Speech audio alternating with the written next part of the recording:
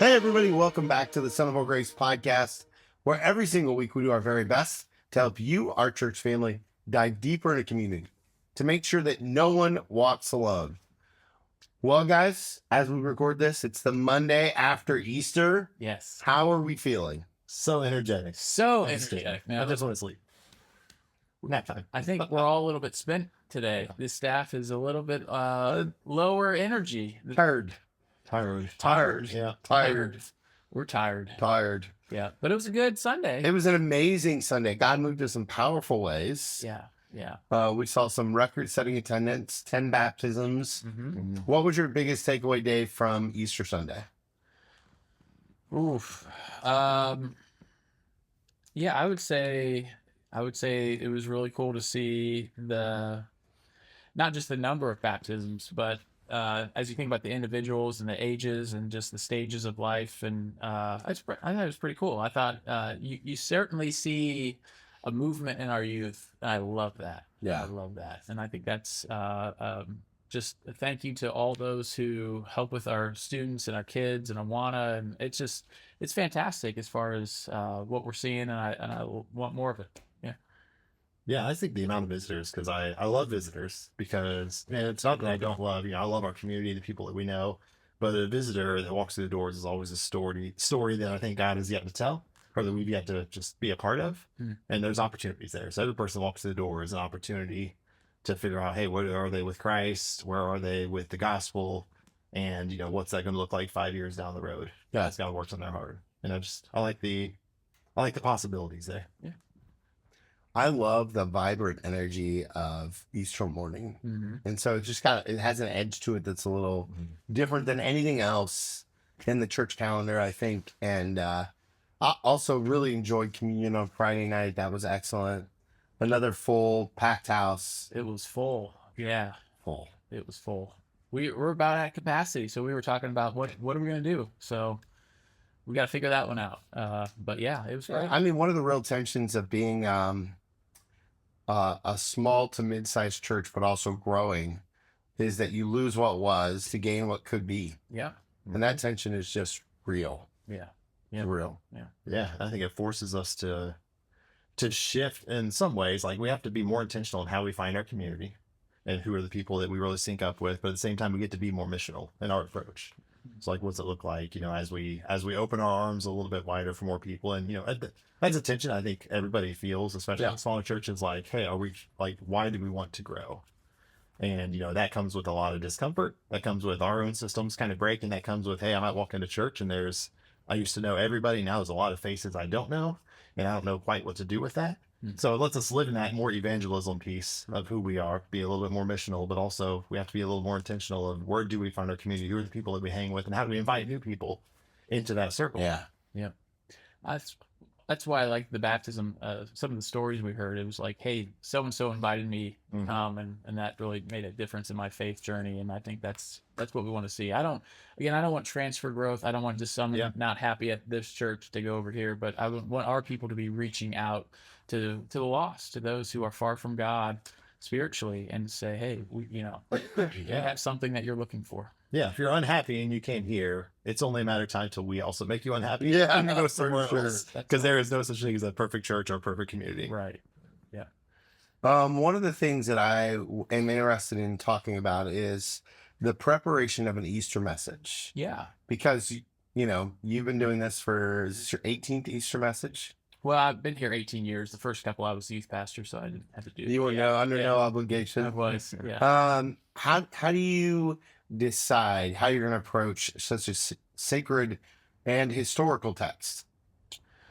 Yeah. So because I've been doing this for long enough to know, as I'm listening throughout the year, if there's something that strikes me as an idea that I kind of just tuck away on a note somewhere on my phone. And so there was several podcasts that I've listened to over the course of the year, and some things resonated with me as far as, okay, that could fit, that could work, and just kind of putting pieces together. Yeah.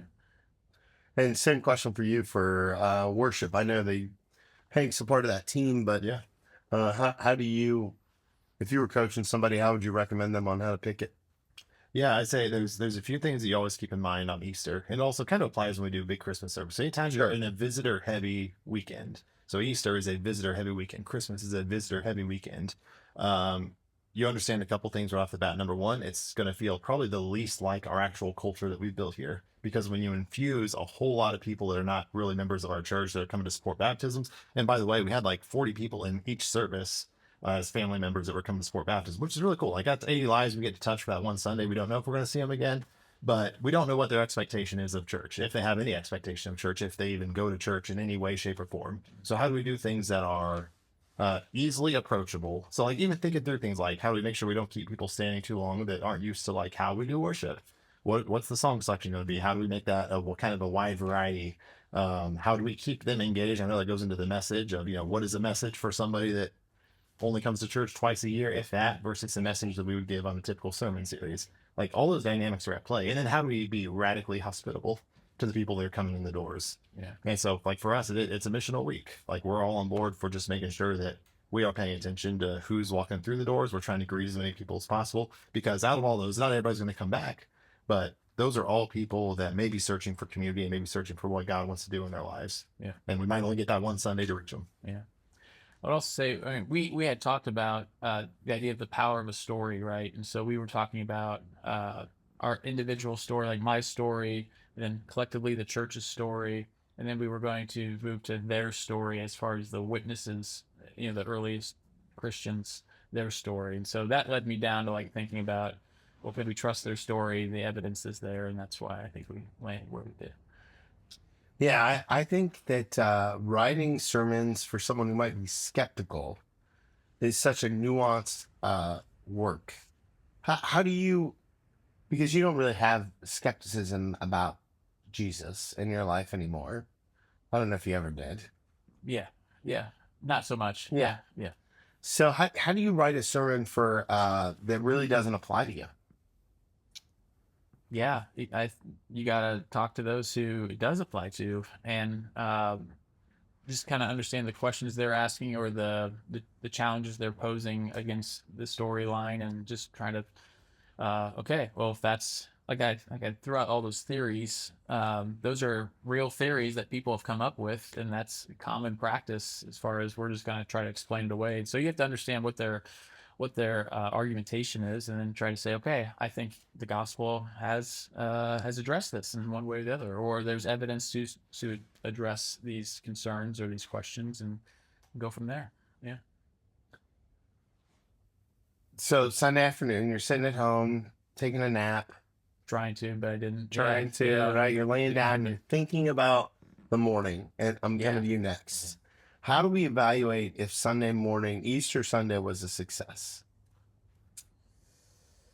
Well, we like to measure three things. I think our goal for people are three things. We want to make sure they feel relationally connected when they get here and they're loved. We want to make sure that or do our part to help, and we can't really, but to have an experience with God in some level, to facilitate a space where they can encounter the living God and His Word. And third is that we want to provide a next step for them somehow, some motion or movement forward. And so I think we did that.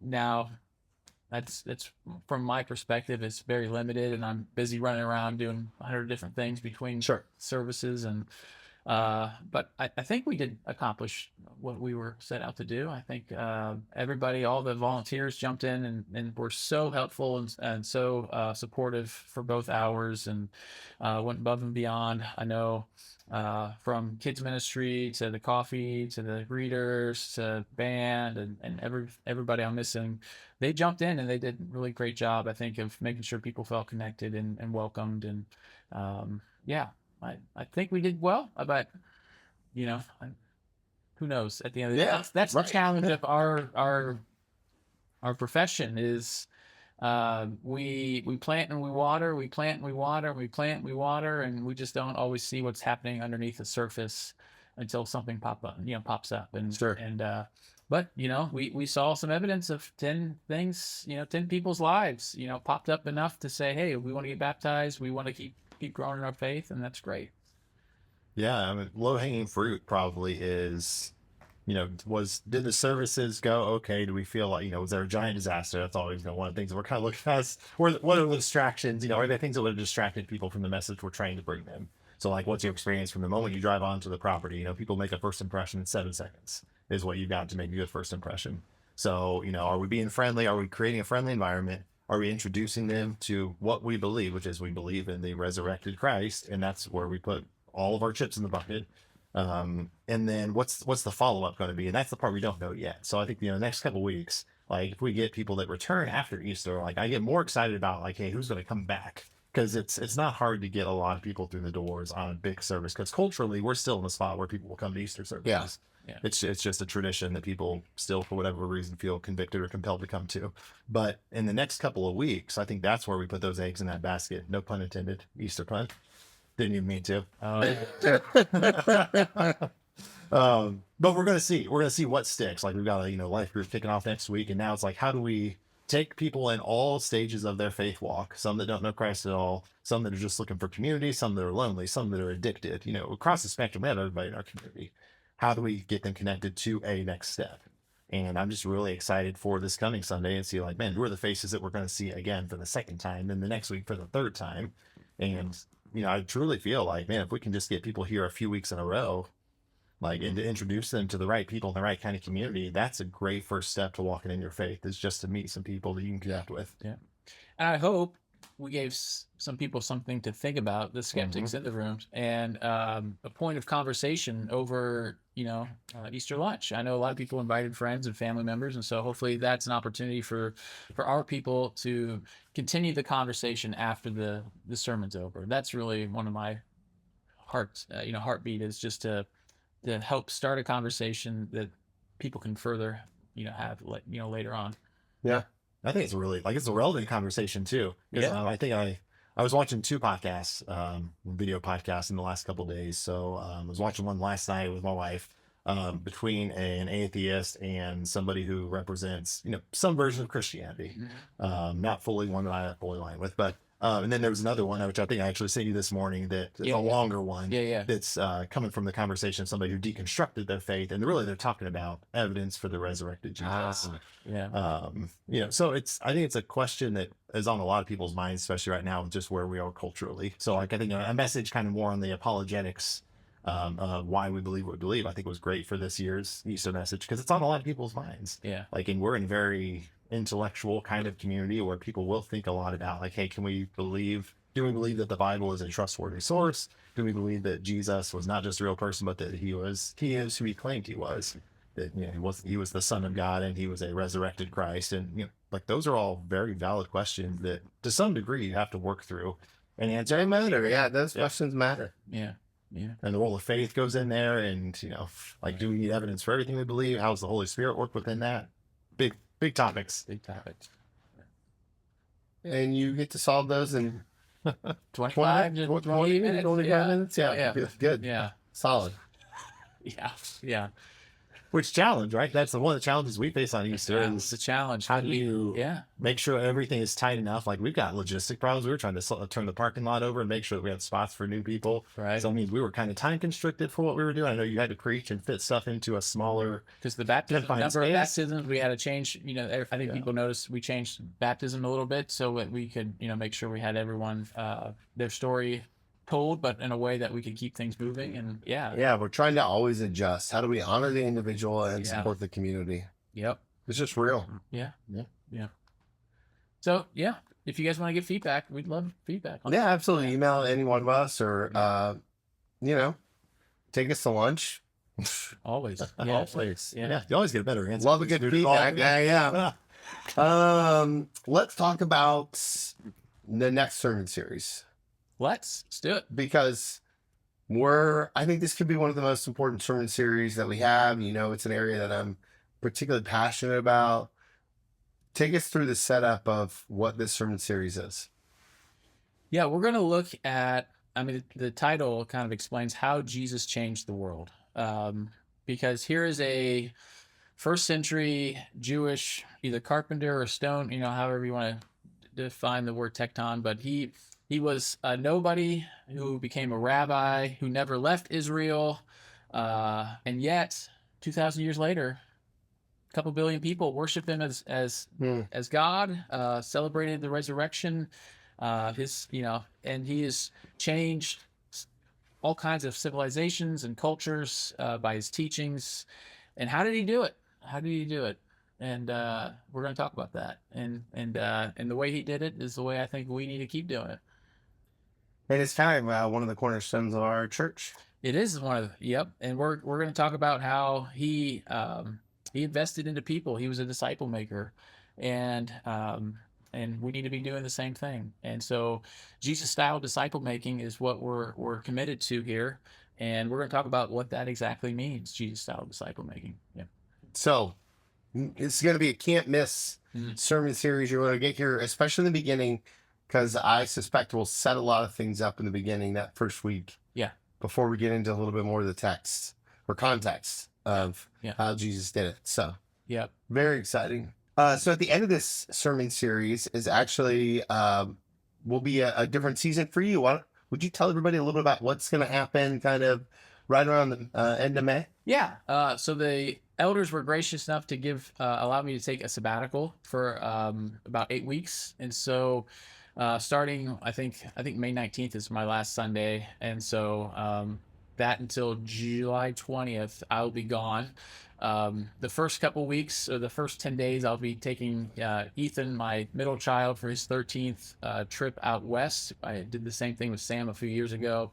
And then to end the sabbatical, it will be the Dominican Republic trip. So the last week really isn't sabbatical week, but it'll be kind of an on-ramp back into ministry, which will bring us back to July 20th. So love it. Yeah. Tell everybody a little bit about what a sabbatical is and kind of where it takes its roots from, as much as I think for content creators, especially like teachers and pastors, those who just are always kind of trying to give out information and give out just classes and teachings and all that. It's just nice to have a break where you can refuel and because you're constantly pouring out. So it's a chance to just to kind of catch up on reading. I got a reading list as long as this church, I think, it's huge. So I want to get back into get some books read and get some preparation done ahead of time, and just some soul recovery and healing of just ministry is tough, and so it's just good to get away for a little bit. So I'm looking forward to. I got a week away in a monastery in Kentucky. You can do a silent. I'm going to try to do a lot of silence. Yeah. It's not necessarily a completely silent place. Although there is one lunch or one eating area that is only for silent eating. So I'm going to definitely check that out and do that sometimes.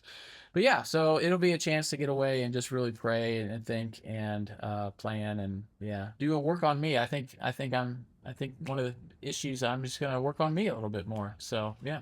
I think sabbaticals are really important for leaders, because when the leader can take time to refocus the lens, it keeps caregivers, specifically content creators, it keeps them in a healthier place long term. Yeah. And so an investment, in a year like this, where you've got the help and things are in a good place, and we're, the movement of God's clearly, we're moving, right? Like, it's exciting here. And so it's really makes a lot of sense for you to do this now. So that way, as we grow and we continue to lean in, hopefully the Lord will speak to you, and you'll have some clarity about that and clarity about you as well in the midst of all of it. Yeah, I just want to, two big things we always talk about is getting to know God better and getting to know yourself better. If you can get those two things figured out, man, you are on the right path. Yeah. So I want to get to know me a little bit more, and just trying to, just plan and think about in the future and be ready to go as I took a sabbatical in 2018, and we went out west as a family, and then I went to by myself to a lake for a long. It was like 4 or 5 days. Yeah. Really fruitful time. Have you ever? Not yet. Not yet. On the list. On the list. We'll get there. Yeah. I'm sure of it. So it's an important spiritual discipline, I think. we're such a healthier place as a team than we've been since I can remember. So it's great that you guys are here, and I feel real comfortable being away. I know you guys will do a great job while I'm gone. You guys are doing Summer in the Psalms, which I'm excited about for you guys. And we have a couple of guest speakers in there too. So like, exactly, yeah. I'm going to do a couple. You're going to do a couple. We got a couple of guest speakers. Yeah. So it's going to be really exciting. Yeah. So it'll be good. Can I give a thank you to all those who came to First Hour, by the way? Yeah. Oh, man, the church was so good about that. We asked you to put yourself second by coming to first, and you did that. And we had, I think, 283 first service, yeah, which is at max capacity for that room. Yeah, it was. And so really appreciate you guys doing that. And it just helped us first or second hour. Yeah. Good. So some things to keep in mind on the calendar. As we wrap up today's podcast episode. Restore Retreat signups are still open for that. Yes. They won't be open much longer, and I'm pretty sure they're getting pretty close to full. So if you're interested in our women's retreat, centerofgrace.org/next steps. Yeah. And then also this Sunday we launch our Discover Grace Life Group. Yes. Which is still open. You don't have to have gone through, the first part of Discover Grace. Like we'll take anybody that just needs a place to land right now. If you're new to the church and still looking to make community. We're going to be kicking that off. And usually we just get a great crew of people in there. And it's people all different faith backgrounds and all different church experience backgrounds. We come together and we get a little bit more in depth of who we are as a people, how we do Jesus-style disciple making. And really kind of set that vision and culture for who we desire to be as a church and help people just connect to it. It's great. It's good. Yeah. Well, other than that, that's our podcast for today. As always, we're forever thankful for you, our church family. If there's anything we can do for you, we're embarrassingly easy to find. Dave, Dusty, Tony at centerofgrace.org. Call the church, whatever we can do to help. And remember, no one walks alone.